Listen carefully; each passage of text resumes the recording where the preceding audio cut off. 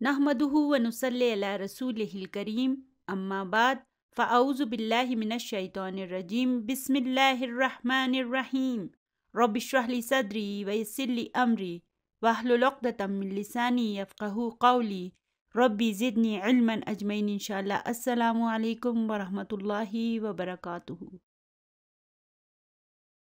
اللہم یسر ولا تؤثر وتمم بالخیر۔ حرف جر اسم مجرور، زور سے بولیں، حرف جر اسم مجرور۔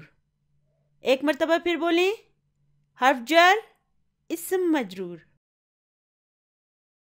آج انشاءاللہ تعالی ہم سبق نمبر 4 کی تمارین کو شروع کریں گے۔ اولڈ بک 1 اور نیو بک 1 دونوں کے سبق نمبر 4 کی تمارین کو کھول لیں۔ یہاں پہ اوپر دیکھیں کیا لکھا ہوا ہے، تمارینو۔ تمارین جو ہے یہ تمرین کی جمع ہے، اس کا ترجمہ ہوگا ایکسرسائزز، یہ جمع ہے۔ تو سوال نمبر 1 ہے، اجب عن الاسئلۃ الآتیۃ۔ اجب کے معنی ہے کہ جواب دیجئے، عن الاسئلۃ الآتیۃ دیے گئے سوالوں کے۔ فی الحال تمارین میں جو سوالات ہیں نا، ان کا ہم انالیسز نہیں کریں گے، کیونکہ دیکھیں ابھی آپ نے پورا گرامر نہیں پڑھا، ابھی تو یوں سمجھے کہ آپ نے گرامر کو شروع ہی کیا ہے نا، تو اس کے بیچ میں جو الفاظ ہیں اور جو گرامر کے رولز ہیں وہ تو آپ نے پڑھے ہی نہیں ہیں۔ مثال کے طور پر عجب کیا ہے، اس کا روٹ ورڈ کیا ہے، یہ کیسے بنتا ہے، یہ آپ نے نہیں پڑھا ہوا۔ اسی طرح ان جو ہے یہ حرف جر ہے، اس حرف جر کو ابھی تک آپ نے پڑھا ہی نہیں ہے۔ اسی طرح الآتیتی کیسے بنتا ہے، اس کا روٹ ورڈ کیا ہے، یہ سب آپ نے نہیں پڑھا ہوا۔ یہی وجہ ہے کہ میں سوالوں کا صرف ترجمہ کروں گی، ان کو انالائز نہیں کروں گی۔ تو چلیے ابھی جز نمبر 1 پر آ جاتے ہیں۔ یاد رہے کہ ان تمام سوالوں کے جوابات ہم اپنے سبق نمبر 4 میں سے تلاش کریں گے۔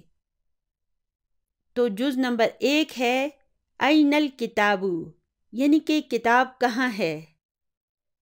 ہماری بک میں جو جواب تھا نا، ہم اسی جواب کو استعمال کریں گے۔ تو اس کا جواب ہے ہوا علی المکتبی۔ ہوا مبتدا ہے اور علی المکتبی جار و مجرور شبہ جملہ خبر ہے، یعنی کہ وہ میز پر ہے۔ نمبر 2 ہے این محمد، محمد کہاں ہے۔ اس کا جواب تھا ہوا فی الغرفۃ، وہ کمرے میں ہے۔ ان جوابوں کو میں انالائز نہیں کروں گی کیونکہ ابھی ہم انہیں انالائز کر چکے ہیں۔ نمبر 3 ہے این الساعۃ، یعنی کہ گھڑی کہاں ہے۔ تو ہمارے سبق میں اس کا کیا جواب تھا، ہیا علی السریر، یعنی کہ وہ بیڈ پر ہے یا پلنگ پر ہے۔ نمبر 4 ہے این یاسر، یعنی کہ یاسر کہاں ہے۔ اس کا جواب کیا تھا، ہوا فی الحمام، یعنی کہ وہ غسل خانے میں ہے۔ نمبر 5 ہے این آمنۃ، یعنی کہ آمنہ کہاں ہے۔ اس کا کیا جواب تھا، وہ تو کچن میں تھی، ہمارے لیے مزے مزے کے کھانے پکا رہی تھی۔ تو اس کا جواب ہے ہیا فی المطبخ، یعنی کہ وہ کچن میں ہے۔ نمبر 6 ہے آمنۃ فی الغرفۃ، یہ آ جو ہے یہ سوال کرنے کے لیے استعمال کیا جاتا ہے، اسے عربی میں کیا کہتے ہیں، حرف و استفہام، اسے کہتے ہیں حرف و استفہام۔ تو اس کے معنی ہے کہ کیا آمنہ کمرے میں ہے۔ تو ہم نے ابھی سبق پڑھا تھا، کیا وہ کمرے میں تھی، نہیں تھی نا، کہاں پر تھی، جی ہاں وہ کچن میں تھی، اس لیے اس کا جواب ہوگا لا ہی فی المطبخ، یعنی کہ نہیں وہ کچن میں ہے۔ ایاسر فی المطبخی، مطبخ کسے کہتے ہیں؟ کچن یا باورچی خانے کو، یعنی کہ کیا یاسر کچن میں ہے؟ تو اس کا جواب کیا ہونا چاہیے؟ لا ہوا فی الحمامی، یعنی کہ نہیں، وہ غسل خانے میں ہے۔ نمبر 8 ہے من فی الغرفتی۔ من یاد ہے نا آپ کو، ہم نے پڑھا تھا۔ اس کے معنی کیا ہیں؟ اس کے معنی ہیں کون، ہو۔ تو من فی الغرفتی، کمرے میں کون ہے؟ کون تھا کمرے میں؟ محمد فی الغرفتی، یعنی کہ کمرے میں محمد ہے۔ نمبر 9 ہے ومن فی الحمامی، اور غسل خانے میں کون ہے؟ غسل خانے میں کون تھا؟ یاسر تھا نا، تو اس کا جواب ہوگا یاسر فی الحمامی، یعنی کہ غسل خانے میں یاسر ہے۔ نمبر 10 ہے ماذا علی المکتبی۔ یہاں پر ہم پہلی مرتبہ ماذا کو پڑھ رہے ہیں، اور ماذا کے بھی وہی معنی ہوتے ہیں جو ماں کے ہوتے ہیں، یعنی کہ کیا، وٹ۔ تو ماذا علی المکتبی کے معنی ہوں گے میز پر کیا ہے؟ تو اس کا جواب تھا الکتاب علی المکتبی، یعنی کہ میز پر کتاب ہے۔ نمبر 11 ہے ماذا علی السریری، یعنی کہ پلنگ پر کیا ہے؟ تو اس کا جواب کیا تھا؟ الساعۃ علی السریری، یعنی کہ گھڑی پلنگ پر ہے۔ چلیے ابھی اگلے صفحے پر چلتے ہیں۔ تو چلیے اس سوال کو شروع کرنے سے پہلے ایک مرتبہ دن دن دن کو دہرا لیتے ہیں۔ When I say dun, it's مرفوع. When I say dan, it's منصوب.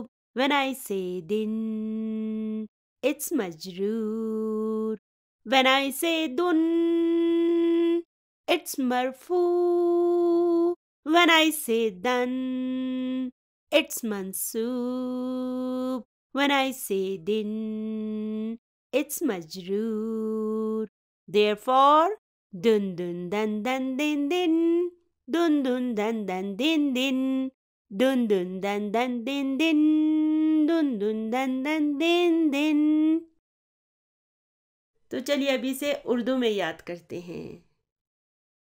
جب کہیں ہم دن تو ہے مرفوع، جب کہیں ہم دن تو ہے منصوب، جب کہیں ہم دن تو ہے مجرور، جب کہیں ہم دن تو ہے مرفوع، جب کہیں ہم دن تو ہے منصوب، جب کہیں ہم دن تو ہے مجرور۔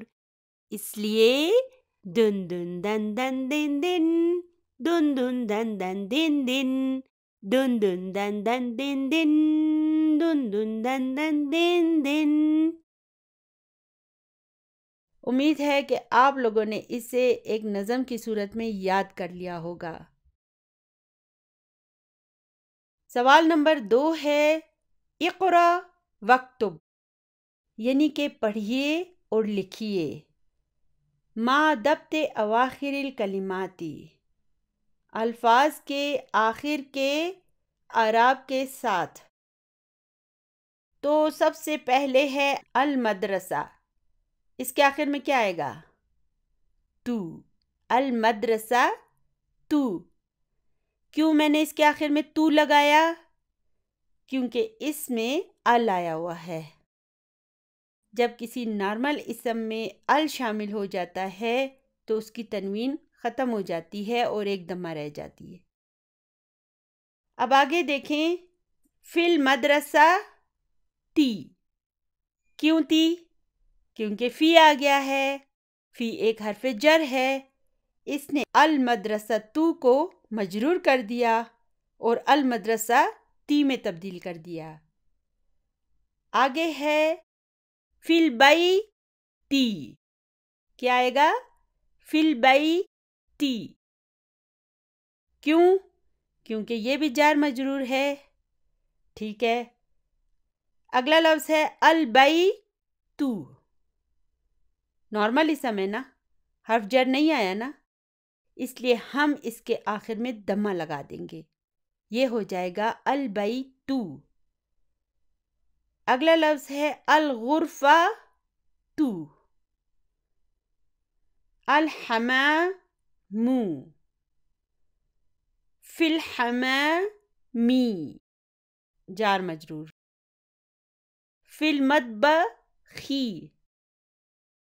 جار مجرور، المکتب، علی المکتب، علی الکرسی، اسے ہم الکرسی یوں نہیں پڑھیں گے کیونکہ اس سے پہلے حرف جر علی آیا ہوا ہے، اس لیے ہم اسے کیسے پڑھیں گے؟ اس لیے ہم اسے الکرسی پڑھیں گے، آخر میں کسرہ لگا دیں گے۔ السریر، علی الکتاب، فی المسجد۔ دیکھیں ابھی ہمارے لیے یہ کتنے آسان ہو گئے ہیں، ہم نے کتنی آسانی سے ان کے آخر کے اعراب لگا دیے نا۔ اسی طرح آگے بھی اللہ تعالی ہمارے لیے آسانیاں پیدا کرتا جائے گا انشاءاللہ تعالی، انشاءاللہ تعالی۔ چلیے آگے چلتے ہیں۔ دیکھیں اگر آپ اپنی یہ عادت بنا لینا کہ روزانہ کے سبق کو اونچی آواز سے پڑھیں گے تو آپ کی زبان میں روانی آ جائے گی۔ عربی زبان کو بولنے سے انسان کی زبان کھلتی ہے، تو اگر آپ اسے اونچی آواز میں پڑھیں گے نہیں تو آپ کی زبان میں روانی بھی نہیں آئے گی۔ اس لیے اگر آپ چاہتے ہیں کہ آپ کی زبان میں روانی آئے تو آپ اسے اونچی آواز میں ضرور پڑھیں، اور لکھنے کی بھی پریکٹس آپ نے ضرور کرنی ہے۔ تو نمبر 1 ہے الطالب فی الجامعۃ۔ اچھا مجھے بتائیے یہ کون سا جملہ ہے؟ جی ہاں، الطالب سے شروع ہو رہا ہے نا، اس لیے یہ جملہ اسمیہ ہے۔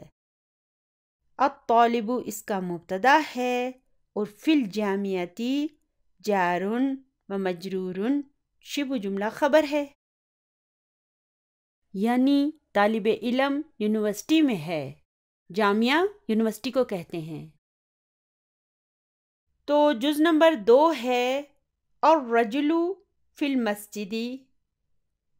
الرجل کیا ہے؟ جی ہاں، مبتدا ہے۔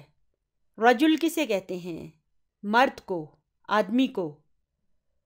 اور فی المسجد جار و مجرور شبہ جملہ خبر، یعنی کہ آدمی مسجد میں ہے۔ نمبر 3 ہے این التاجر، یعنی کہ تاجر کہاں ہے، بزنس مین کہاں ہے۔ ہوا فی الدکان، ہوا مبتدا ہے اور فی الدکان جار و مجرور شبہ جملہ خبر ہے، یعنی کہ وہ دکان میں ہے۔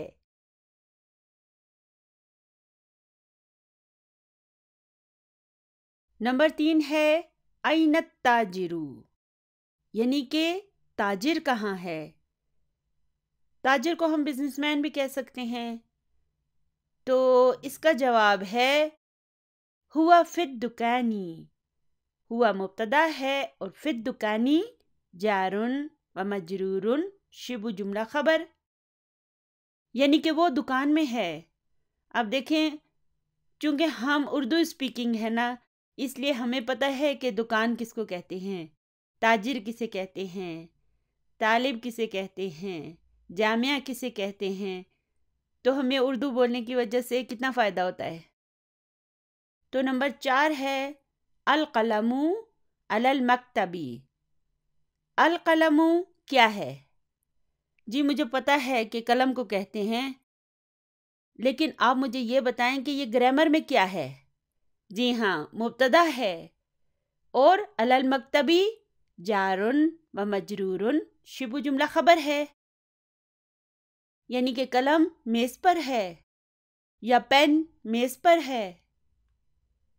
نمبر 5 ہے این زینب، یعنی کہ زینب کہاں ہے؟ جواب ہے ہیا فی الغرفتی. اب یہاں پہ دیکھیں زینب کے لیے ہیا کی ضمیر استعمال ہوئی ہے. ہیا کے کیا معنی ہیں؟ شی. انگلش میں ہم کہتے ہیں نا شی، اردو میں ہم کہیں گے وہ.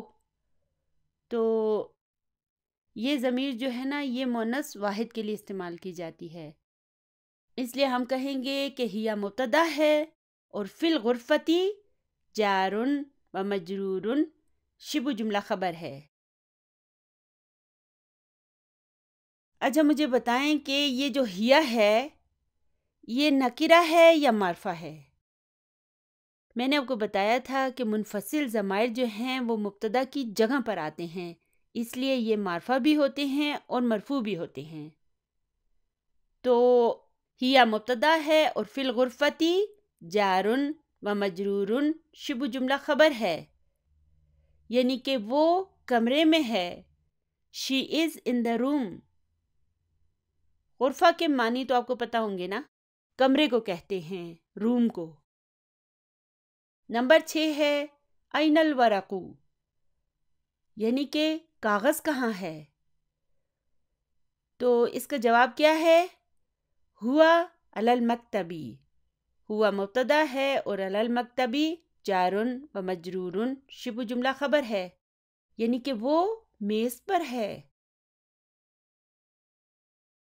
نمبر 8 ہے این المدرس، استاد کہاں ہے؟ ہوا فی الفصل. اب دیکھیں استاد کے لیے ہوا کی ضمیر استعمال ہوئی ہے. ہوا کس کے لیے آتی ہے؟ مذکر واحد کے لیے. اس کے معنی ہوں گے ہی، ایچ ای ہی. تو ہوا مبتدا ہے اور فی الفصل جار و مجرور شبہ جملہ خبر، یعنی کہ وہ کلاس روم میں ہے. این یاسر، یاسر کہاں ہے؟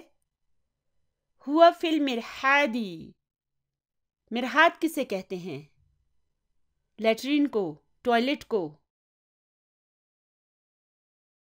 تو یہاں پر ہوا مبتدا ہے اور فی المرحاض جار و مجرور شبہ جملہ خبر ہے، یعنی کہ وہ لیٹرین میں ہے، ٹوائلٹ میں ہے.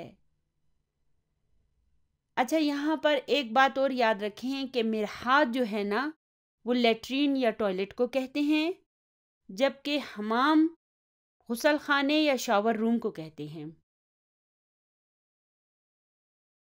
نمبر 9 ہے الشمس والقمر فی السماء. دیکھیں ابھی تک ہمارا واسطہ بالکل سادہ ترین جملوں سے پڑا ہے، لیکن یہ جملہ تھوڑا سا ہٹ کے ہے. چلیے آپ مجھے بتائیے، گیس کریں الشمس کیا ہے؟ جی ہاں مبتدا ہے، ٹھیک ہے. وا کیا ہے؟ حرف و عطف ہے. تو پھر یہ القمر کیا ہے؟ اور پھر یہ مرفوع کیوں ہے؟ 2 مبتدا تو نہیں ہو سکتے نا، ایک ہی مبتدا ہوگا. تو ہم نے کہہ دیا کہ الشمس مبتدا ہے، تو پھر یہ القمر کیا ہے اور یہ مرفوع کیوں ہے؟ میں آپ کو بتاتی ہوں. دیکھیں یہ وا کیا ہے، میں آپ کو بتا چکی ہوں کہ اس کا نام حرف و عطف ہے. اس کے معنی کیا ہوتے ہیں؟ اور. انگلش میں ہم کہیں گے اینڈ. تو حرف و عطف کے معنی کیا ہیں؟ اس کے معنی ہیں جوڑنے والا حرف، ٹھیک ہے. اچھا تو اب مجھے بتائیے کہ اب یہ القمر کیا ہے؟ اس کے لیے آپ کو یہ ایک جملہ یاد کرنا ہوگا. یہ معطوف علی الشمسی ہے. کیا ہے؟ معطوف علی الشمسی. اسے آپ اپنی نوٹ بک میں یا بک پر لکھ لیں، معطوفن علی الشمسی۔ تو معطوفن علی الشمسی کے معنی ہوں گے کہ یہ حرف و عطف کے ذریعے الشمس کے ساتھ جڑا ہوا ہے، ٹھیک ہے نا؟ عطف کے معنی میں نے آپ کو کیا بتائے ہیں؟ جوڑنے والا۔ تو پھر حرف و عطفن کے معنی ہو جائیں گے وہ حرف جو جوڑتا ہے یا جوڑنے والا حرف۔ تو جب ہم کہتے ہیں کہ معطوفن علی الشمسی تو اس کے معنی ہوں گے کہ یہ حرف و عطف کے ذریعے الشمس کے ساتھ جڑا ہوا ہے۔ تو معطوف ہونے کے کچھ قواعد ہوتے ہیں، کچھ اصول ہوتے ہیں۔ تو پھر جو اعراب الشمس کے ہوں گے نا، وہی اس کے معطوف کے بھی ہوں گے۔ اگر الشمس معرفہ ہوگا تو اس کا معطوف بھی معرفہ ہوگا، اگر یہ مرفوع ہوگا تو اس کا معطوف بھی مرفوع ہوگا۔ اسی طرح اگر یہ منصوب ہوگا تو اس کا معطوف بھی منصوب ہوگا، اور اگر یہ مجرور ہوگا تو اس کا معطوف بھی مجرور ہوگا۔ تو یاد رکھیں کہ جو خصوصیات الشمس کی ہوں گی وہی پھر اس کے معطوف کی ہوں گی۔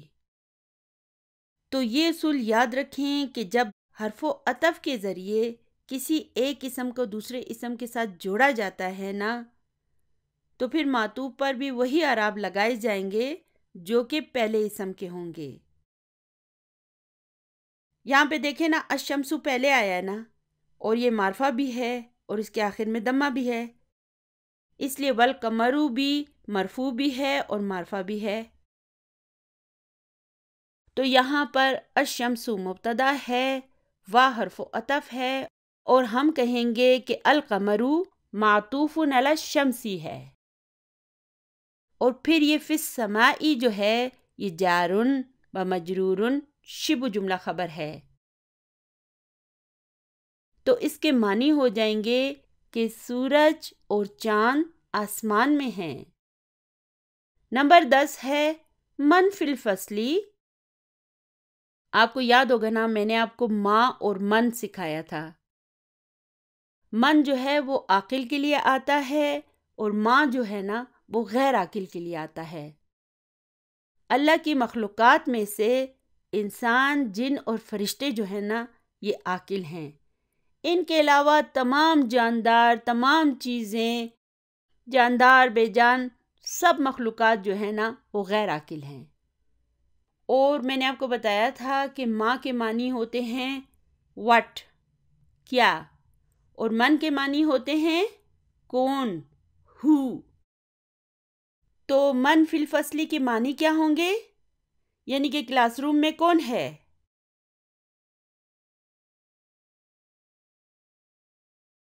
ہم میں سے اکثر لوگوں کی یہ خواہش ہوتی ہے کہ وہ عربی زبان کو سیکھے، مگر آئیے دیکھتے ہیں کہ وہ کون کون سی مجبوریاں یا بہانے ہیں جو انہیں یہ نیک کام کرنے سے روکتے ہیں۔ سب سے پہلے تو کچھ لوگوں کا یہ کہنا ہوتا ہے کہ ہم سیکھنا تو چاہتے ہیں، مگر کیا کریں، ہمارا گھر بہت دور ہے، لہٰذا اتنی دور روزانہ آنا جانا ہمارے لیے ممکن نہیں ہے۔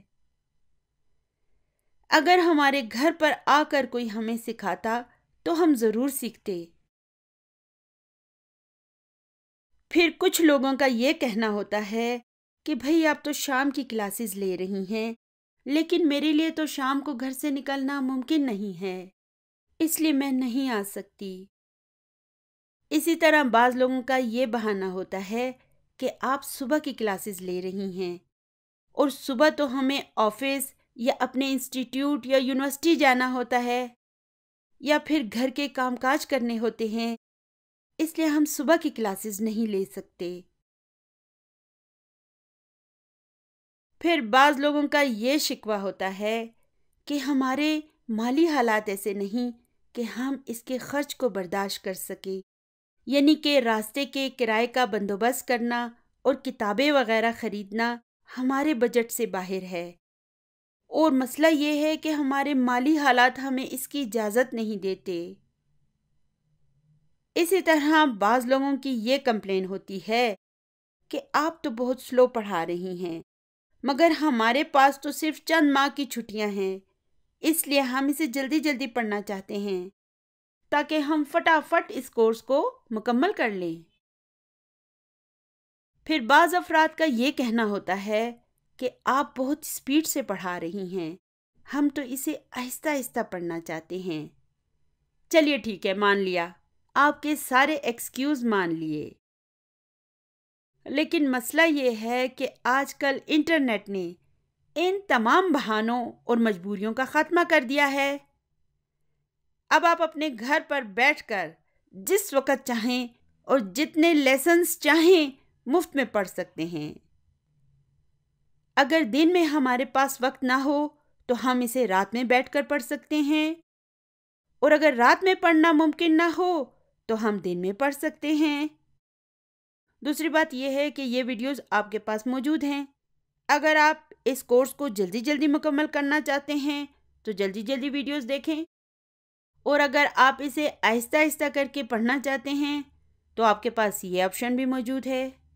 آپ اسے اپنی سہولت کے مطابق کم سے کم 6 ماہ اور زیادہ سے زیادہ جتنا آپ کو سہولت ہو اتنے ٹائم میں اسے مکمل کر سکتے ہیں۔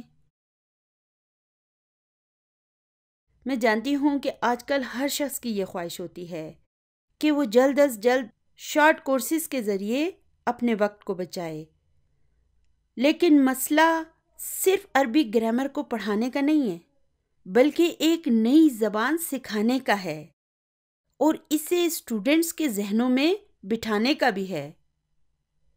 اس کے لیے آپ کو اس کی بار بار پریکٹس کرنی ہوتی ہے اور اس کی تکرار یعنی کہ ریپیٹیشن کے ذریعے اسے اپنے ذہن کی ہارڈ ڈرائیو میں محفوظ کرنا ہوتا ہے۔ اگر صرف گرامر کے اصول بتانے سے ہی کام چل سکتا تو میں یہ سارے اصول 2 DVDs میں آپ کو بڑی آسانی سے بتا سکتی تھی، لیکن اگر آپ کو قرآن پاک کی زبان کو سیکھنا ہے تو پھر آپ کے لیے ضروری ہے کہ آپ مدینہ عربک کورس کو ہی مکمل کریں۔ اردو میں اس کورس کو کرنے کا فائدہ یہ ہے کہ عربی زبان کے تقریباً 75% سے لے کر 80% تک الفاظ جو ہیں نا وہ پہلے سے ہی اردو میں موجود ہیں۔ اسی لیے میں بھی یہ مشورہ دوں گی کہ اگر آپ اسے اردو میں کر لیں تو آپ کے لیے بہت آسانی ہوگی۔ میں نے بھی اس کورس کو انگلش میں ہی کیا تھا کیونکہ سر آصف انگلش میں پڑھاتے ہیں نا، اور اسی وقت میں نے یہ ارادہ کر لیا تھا کہ میں اسے اردو بولنے والے اسٹوڈنٹس کی خاطر اردو میں کراؤں گی، کیونکہ پاکستان میں مدارس میں پڑھنے والے جو اسٹوڈنٹس ہیں نا ان کی اکثریت جو ہے نا وہ اردو کو اچھے طریقے سے بول اور سمجھ سکتی ہے، جبکہ انگلش میں تو یہ پہلے سے ہی نیٹ پر موجود ہے۔ اس کے علاوہ یہ جو میں نئی ویڈیوز بنا رہی ہوں نا ان میں نے ایک اور تبدیلی کی ہے۔ روٹ ورڈز کو میں نے ان ویڈیوز سے الگ کر دیا ہے اور ان کی انشاءاللہ تعالی میں ایک الگ پلے لسٹ بنا لوں گی۔ میری کوشش ہوگی کہ میں پہلے کورس کو مکمل کروں اور پھر بقایا روٹ ورڈز کو مکمل کروں۔ تو چلیے ابھی اگلے صفحے پر چلتے ہیں۔ اس صفحے پر 2 فہرستیں لگی ہوئی ہیں، یعنی کہ 2 لسٹیں ہیں۔ اس پہلی لسٹ میں مذکر اسماء ہیں جبکہ دوسری لسٹ میں مؤنث اسماء ہیں۔ میں آپ کو بتا چکی ہوں کہ عربی اسم کی نارمل حالت میں اس کے آخری حرف پر ضمہ کی تنوین ہوتی ہے، جیسے کہ محمد دراصل کیا ہے؟ جی ہاں، یہ محمدن ہے۔ اسی طرح خالد کیا ہے؟ یہ در حقیقت خالدن ہے، عربی زبان میں یہ خالدن ہے۔ اسی طرح حامد کیا ہے؟ حامدن۔ یاسر یاسرن، عمار عمارن، سعید سعیدن ہے، علی علیٌ، اور عباس عباسن۔ تو ہم جب ان اسماء کو پکارتے ہیں نا تو ہم ان پر وقف کرتے ہیں. اسی وجہ سے ہم محمدن کو محمد کہتے ہیں، خالدن کو خالد کہتے ہیں. اچھا، ایک اور بات میں بتاؤں. اپنے لیسنز میں جو ہم یہ محمد کا نام استعمال کر رہے ہیں، یہ ہمارے پیارے نبی صلی اللہ علیہ وآلہ وسلم کا نام نہیں ہے، بلکہ عام لوگوں کا نام ہے. اسی لیے اسے جب میں پڑھتی ہوں تو میں صلی اللہ علیہ وآلہ وسلم نہیں کہتی، کیونکہ یہ عام انسان کا نام ہے. تو جب ہم اپنے پیارے نبی صلی اللہ علیہ وآلہ وسلم کا نام لیتے ہیں تو تب تو ہم پر لازم ہے کہ ہم صلی اللہ علیہ وآلہ وسلم کہیں. لیکن اگر کسی عام آدمی کا نام ہوگا محمد تو اس پر تو ہم نہیں کہیں گے نا. تو یہی وجہ ہے کہ یہ عام لوگوں کے نام ہیں، ان پر میں صلی اللہ علیہ وآلہ وسلم نہیں کہہ رہی ہوں. اسی طرح آمینہ، زینب، فاطمہ، ان کے اوپر بھی ہم رضی اللہ تعالی عنہا نہیں کہہ رہے، کیونکہ یہ نام جو ہیں یہ عام خواتین کے نام ہیں. ٹھیک ہے نا؟ تو میں آپ کو بتا رہی تھی کہ ان عربی اسماء کو جب پکارا جاتا ہے نا، تو چونکہ ہم ان پر وقف کرتے ہیں اس لیے ان کے آخر میں موجود تنوین کو ہم نہیں پکارتے. لیکن عربی زبان میں جب ہم ان اسماء کو لکھیں گے نا تو پھر ہم ان کے آخری حرف پر دمہ کی تنوین بھی لگائیں گے. چلیے ابھی مؤنث اسماء کی لسٹ کو دیکھتے ہیں. تو سب سے اوپر لکھا ہے آمینتو، زینبو، فاطمتو. یہ کیا؟ ان کے آخر میں تنوین کیوں نہیں ہے؟ مجھے سمجھ نہیں آ رہا کہ ان اسماء کے آخر میں تنوین لگی ہوئی ہے، جبکہ اس لسٹ میں جتنے بھی نام ہیں ان کے آخر میں تنوین موجود نہیں ہے. کیا مجھے بتا سکتے ہیں کہ اس کی کیا وجہ ہے؟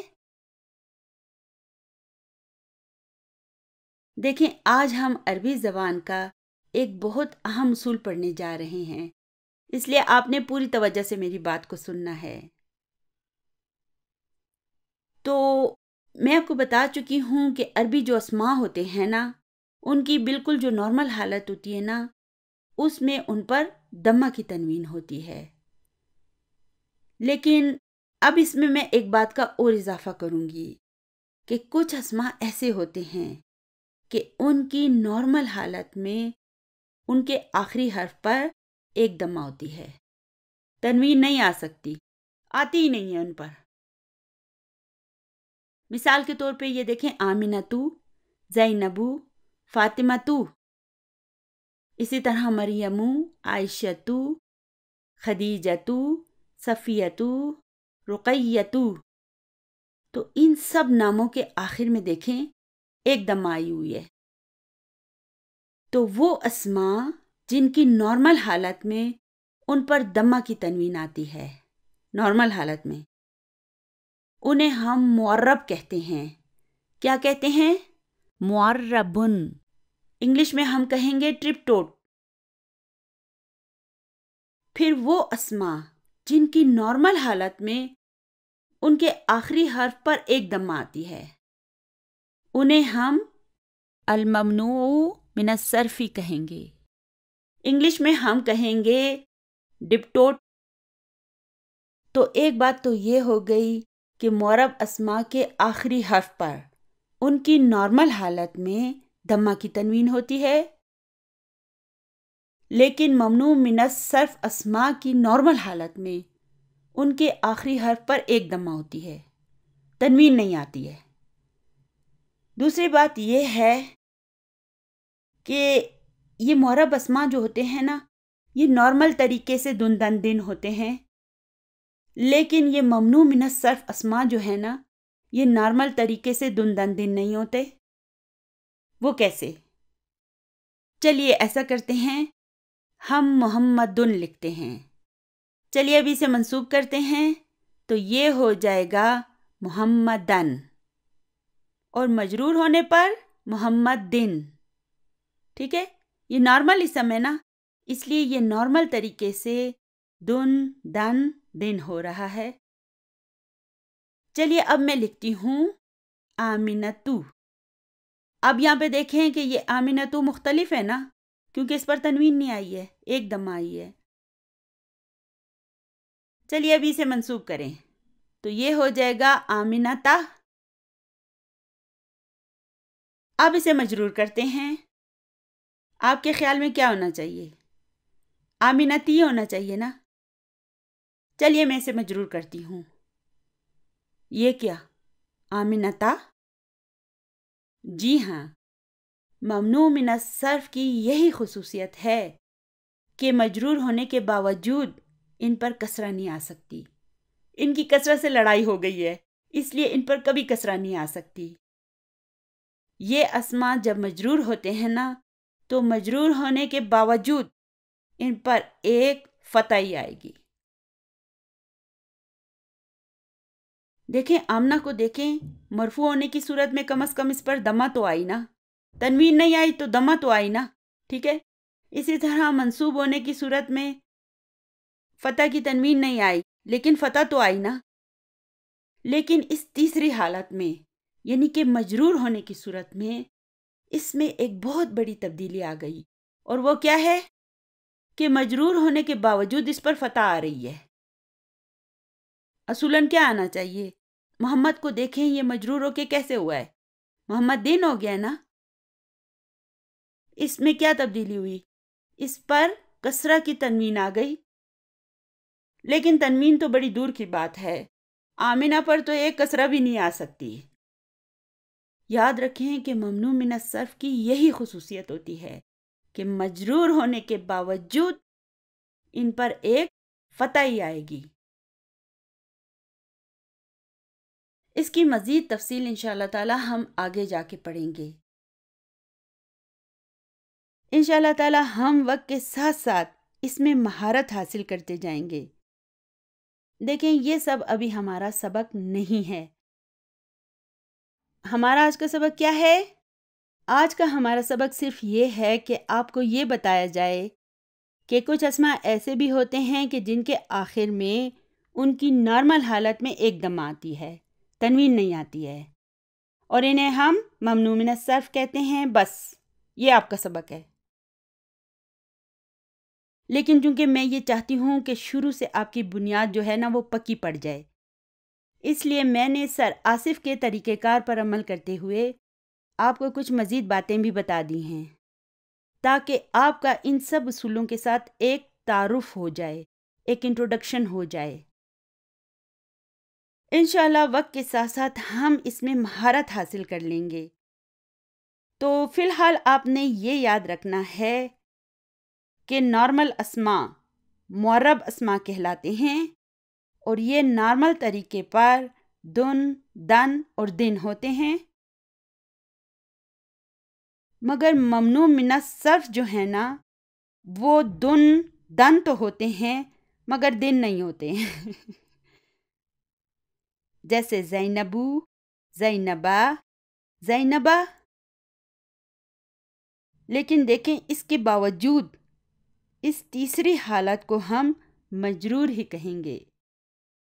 انشاءاللہ ہم آگے جا کر اس کی تفصیل سیکھیں گے. ہم اکثر عائشہ اور فاطمہ جیسے نام تو پڑھتے رہتے ہیں، مگر آج ہمیں پتہ چلا ہے کہ عائشہ دراصل عائشہ تو ہے، فاطمہ دراصل فاطمہ تو ہے، اور زینب دراصل زینبو ہے. دیکھیں ہماری معلومات کتنی کم تھی، ابھی ہمیں جا کے یہ سب پتہ چلا ہے. چلیے ابھی اس لسٹ کے نیچے جو کویسچن ہے نا اس پر آ جاتے ہیں. اقرا واکتب مع ضبط اواخر الکلمات، یعنی پڑھیے اور لکھیے الفاظ کے آخری اعراب کے ساتھ. یعنی کہ ہم نے اس طرح پڑھنا ہے اور اس طرح لکھنا ہے کہ ان کے آخر کے اعراب بھی واضح ہو جائیں. ہم اس طرح نہیں پڑھیں گے حامد، ہم کہیں گے حامدن. لکھتے وقت بھی ہم اس کے آخر میں دمہ کی تنوین ضرور ڈالیں گے. اسی طرح زینب کو ہم کیا پڑھیں گے؟ زینبو، ایک دم آئے گی. آمنہ تو، عمارن، سعیدن، فاطمہ تو، مریم. سمپل سی بات ہے، مردوں کے نام کے آخر میں ہم نے تنوین ڈالنی ہے اور خواتین کے نام کے آخر میں ہم نے ایک دمہ ڈالنی ہے. یہ بہت آسان ہے. آگے جا کے مشکلات آئیں گی، فی الحال بہت آسان ہے. حلوہ پوری ہے. اچھا آگے ہے علی یون، خالدن، عباسن، عائشہ تو، محمدن، صفیۃ، خدیجۃ.